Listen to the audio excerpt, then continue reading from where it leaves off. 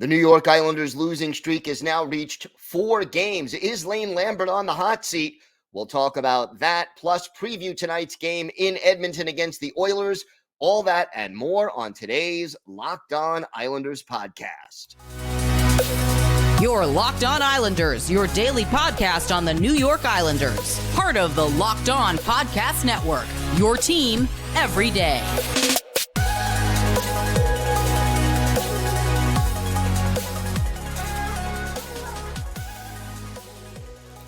And welcome, everybody, to the Monday edition of the Locked On Islanders podcast, part of the Locked On Podcast Network, your team every day.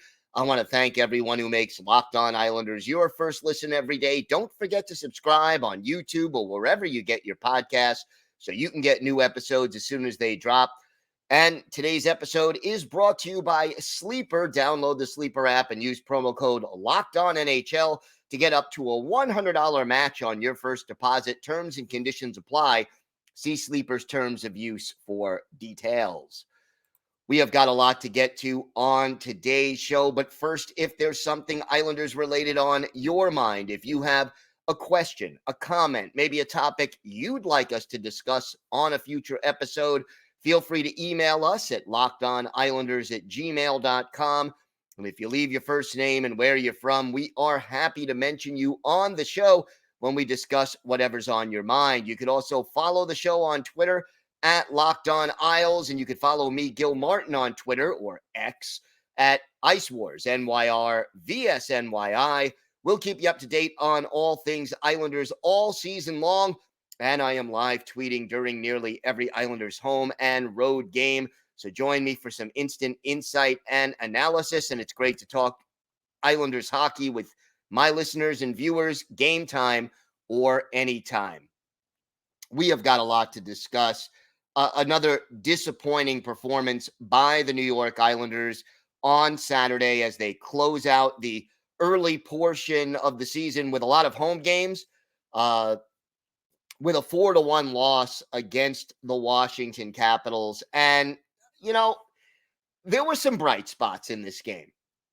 The Islanders, a team that was thoroughly outplayed in their last 4 or 5 games, even though the earlier win against the Washington Capitals. I would say the Islanders carried play for more than half of this game, that for more than 30 minutes of this 60-minute contest, the Islanders were the better team. And, you look at the final shots on goal. Islanders had 37 to 27 for Washington. But, you had very much the same old problem, and that is finishing. The only goal was scored very late in the first period by Alexander Romanov. You had a goaltender in Hunter Shepard who was making his second career start. And, boy, Islander fans know what it's like when the Islanders play a young, untested goalie, and all of a sudden they look like the second coming of Martin Brodeur. It was very frustrating to see Hunter Shepard make 36 saves against the Islanders. And, okay, you look at the shot chart, and you can see the problem almost right away. Out of the Islanders' 37 shots, maybe 5 or 6 of them were in that high danger area, right outside the crease, in between the bottom of the faceoff circles to the goal area. And, when the majority of your shots are coming from just outside or just inside the blue line or from behind the faceoff dots, your shooting percentage is going to be lower. And I guess when you add to that the fact that this team doesn't have a bona fide sniper on the roster. There are some players, Brock Nelson, Bo Horvat, who are proven 30-goal scorers, but they're not snipers. This team is struggling to finish. And again, in this game, we just see sort of a lack of chemistry and a lack of finishing skills and just a lack of sharpness. Now, again, some factors to add up. Adam Pelech missing his third in the last 4 games. His absence is big for this Islander team. No question about it. Samuel Bolduc, he was even in this game, had one shot on goal, one hit, one blocked shot in 13 and a half minutes. He didn't play badly, particularly in this game, but missing Pelech really does affect the entire Islanders defensive core. And then, the lineup changes. Julian Gauthier sitting again. Oliver Wahlstrom sitting.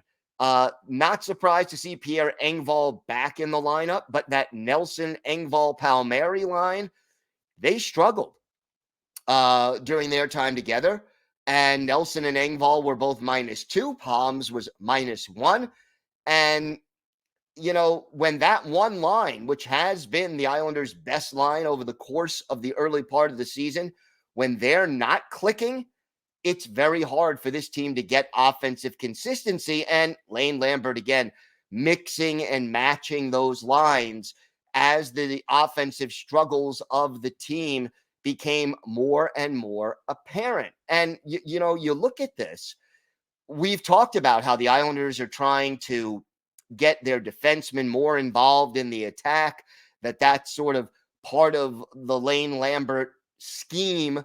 And yet the Islanders, it doesn't seem to mesh well with the way this roster is built. And so no Islanders forward in this game had more than 3 shots on goal. And it was 3 for Engvall, 3 for Anders Lee, and 3 for Matthew Barzal. Who led the Islanders in shots? 2 defensemen. Alexander Romanov with 4, and he had the only goal. And then Noah Dobson. And Ryan Pollock, by the way, also had 3. But overall, this team, they're getting a lot of shots, but not enough quality shots. And we're still seeing costly turnovers. Anders Lee coughed up another puck that led to a goal. We are just seeing a team that is not hitting on all cylinders, that does not seem in sync, that doesn't seem to have chemistry or urgency, still making too many mistakes in their own zone, still having some difficulty clearing the puck, and finishing is a big problem. So, how do you get out of this? Lane Lambert seems to be continuously juggling the lines. It doesn't seem to be doing a lot. Simon Holmstrom got moved, for example, up to the top line, and Anders Lee down to the third line. It makes sense in one way, because you're rewarding a player in Holmstrom who really has looked much better than he did a year ago. I give a lot of credit to Simon Holmstrom for his improved play. But Holmstrom and Pajot seem to have a very nice chemistry together, and you're taking them away. Now, I like the idea, again, of separating Lee from Horvat. And every day, as on the show, I've talked about their style being too similar and that they don't make good line mates. But, Lee with Pajot and Fasching did not seem to work again, and it was tried before. And I guess with the struggles, it's still hard to say where Anders Lee should play. As far as the goaltending, Semyon Varlamov only gave up 3 goals in 27 shots. I can't say that there were some soft goals in those 3. He played well enough. He didn't play outstanding like he did in the last matchup against the Caps, but he played well enough that this team had a chance to win. The problem is the offense just didn't produce, and the Islanders just couldn't seem to get out of their own way once they fell behind. And it just, with a losing team, with a team that's struggling, it's always, if it's not one thing, it's another. And we still don't see the consistent 60-minute effort. We still, I warned on the show on Friday, don't be the team that Alexander Ovechkin breaks out against. Well, Alex Ovechkin came into this game with 2 goals scored. He doubled that total. He scored 2 in this game. Yeah, 1 was an empty netter, but Ovechkin scored first and last, And when Ovechkin scores multiple goals, you know the Caps are likely to win. So now it gets tough because the Islanders have to head west for 4 games in Western Canada. Well, 3 in Western Canada, 1 in Seattle. But, you know, you heard the chants at the end of the game. Fire Lane Lambert. And, well, one Islander player in particular had a lot to say. Is Lane Lambert's seat getting hotter? We're going to talk about that and a lot more coming up on today's Locked On Islanders podcast.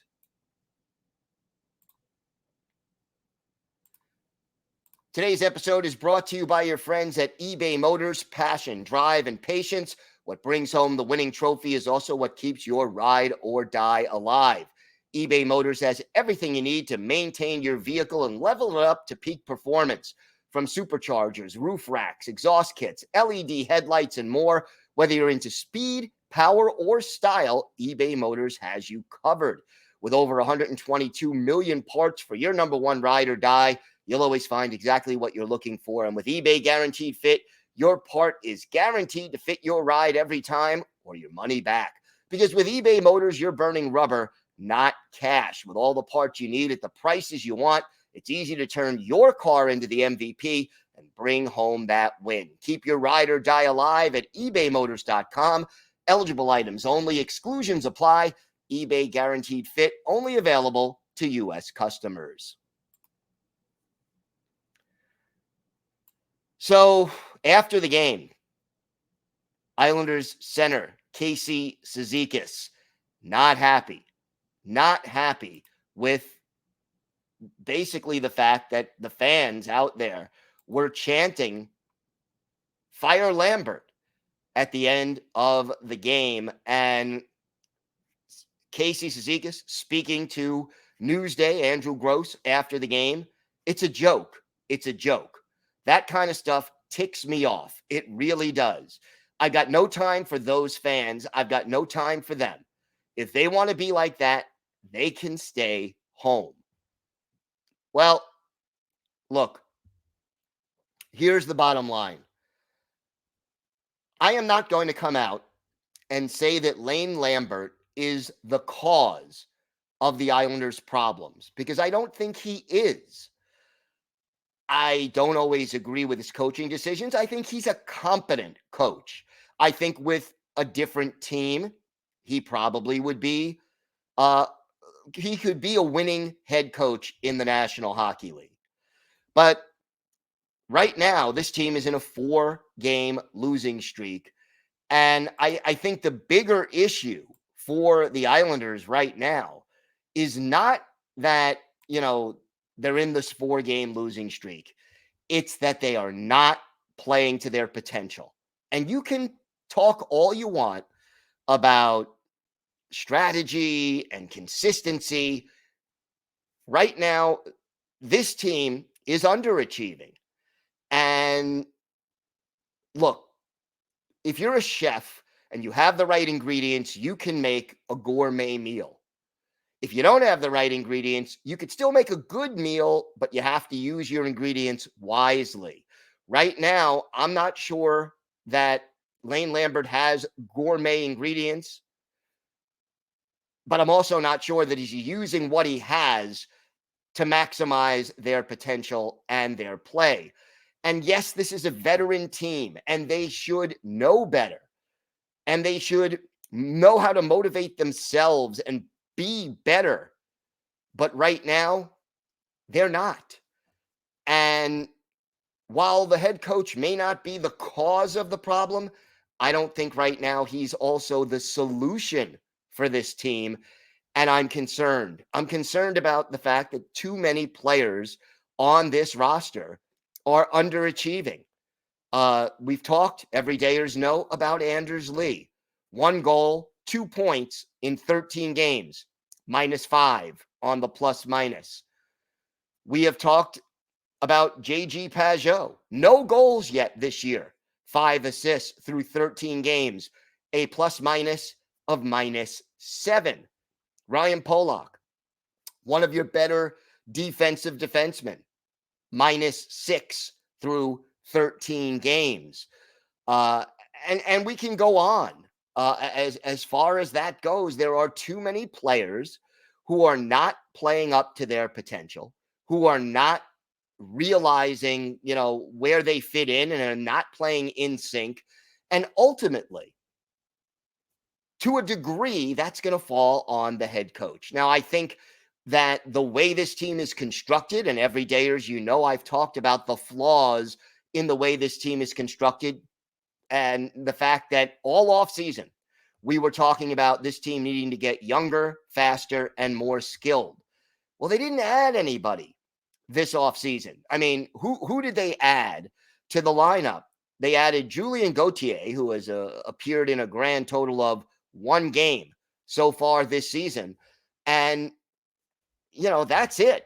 Samuel Bolduc is now your 7th defenseman, and he has played when other players were injured, and injuries have played a role, but too many guys are just not getting the job done right now.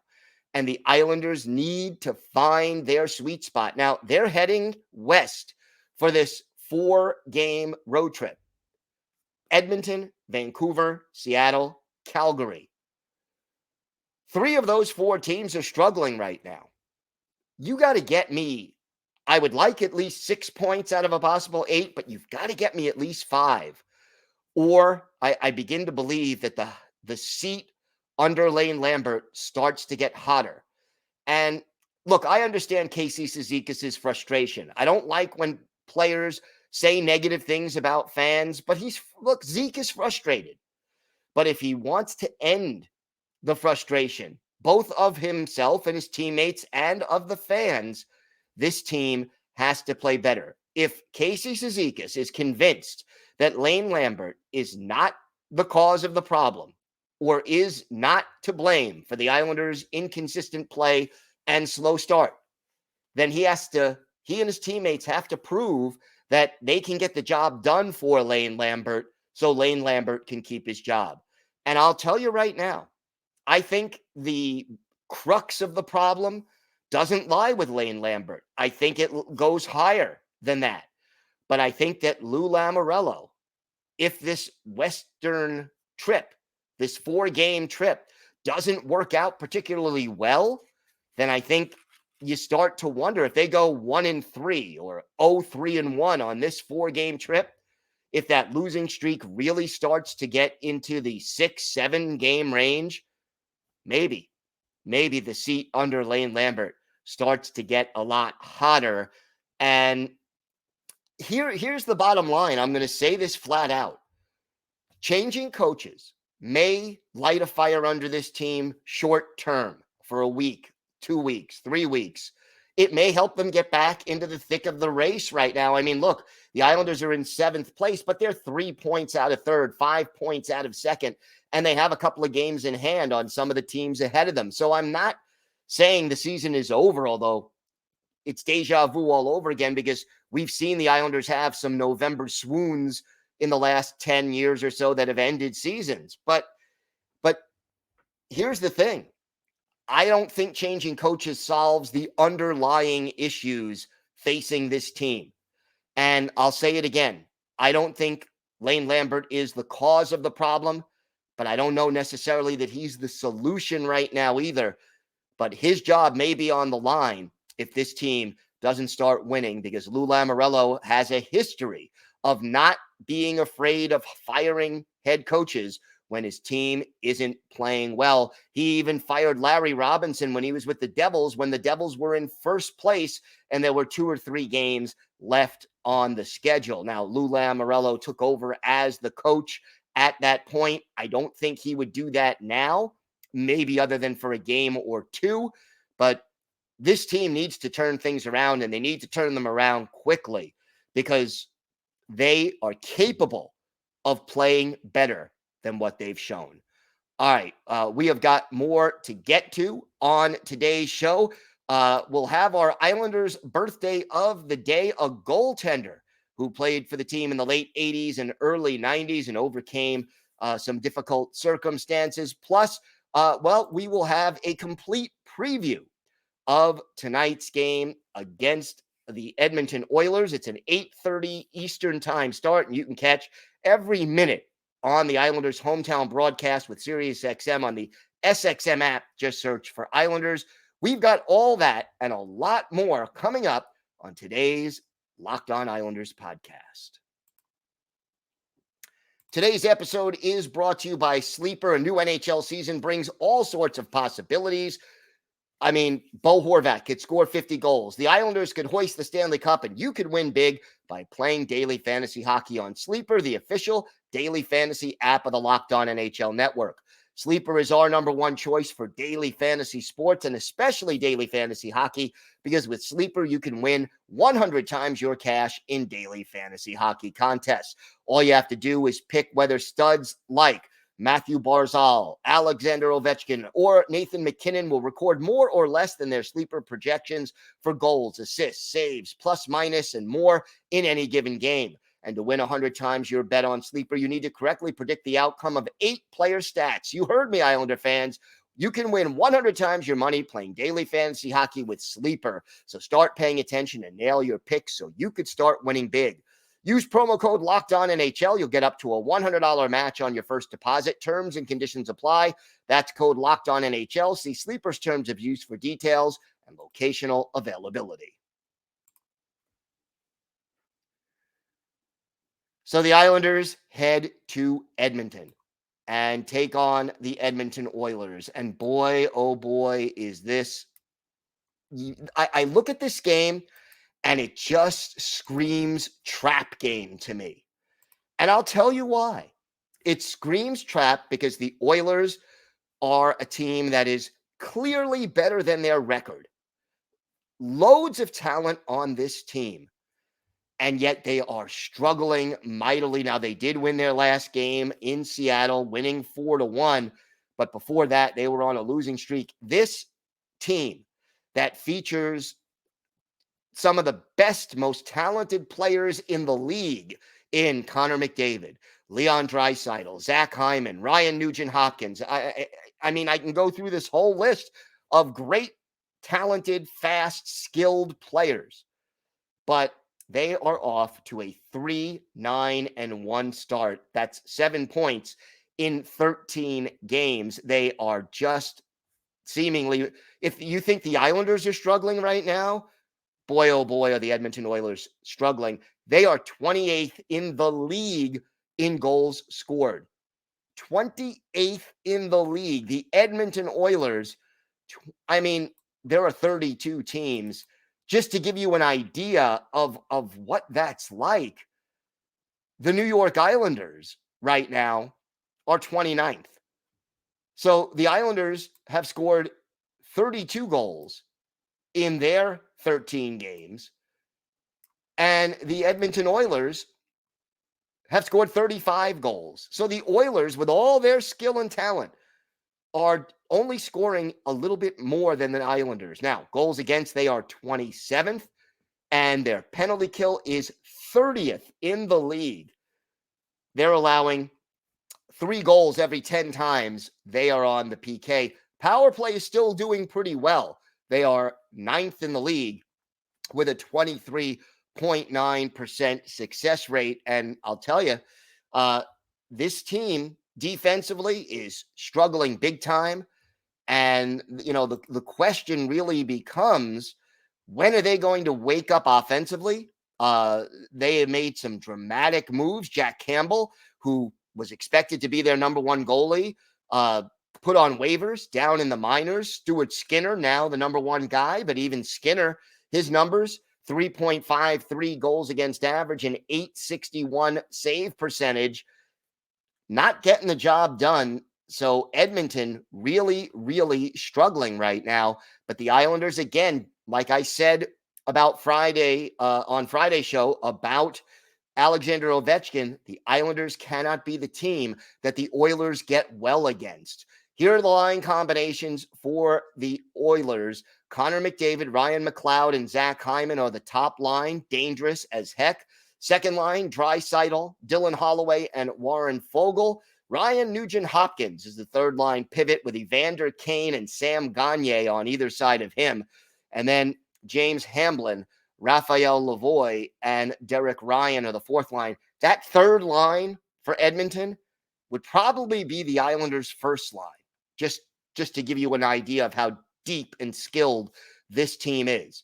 Matthias Ekholm and Evan Bouchard are the top defense pair. Darnell Nurse and Cody Ceci the second, and Brett Kulak and Vincent Desharnais are the third pair. Again, the goalies right now are Stuart Skinner and Calvin Pickard.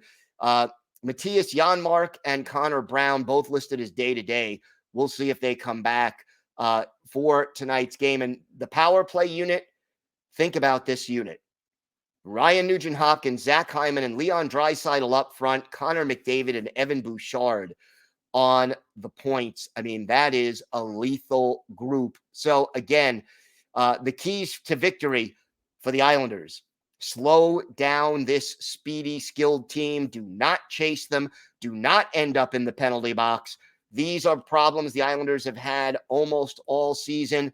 You have got to be able to correct them and then take advantage of this bad penalty kill. Get the power play going and play Islanders hockey. It has to be. So again, 8:30, Islanders, Oilers. You can catch every minute of this Islanders game on their hometown broadcast on SiriusXM, on the SXM app.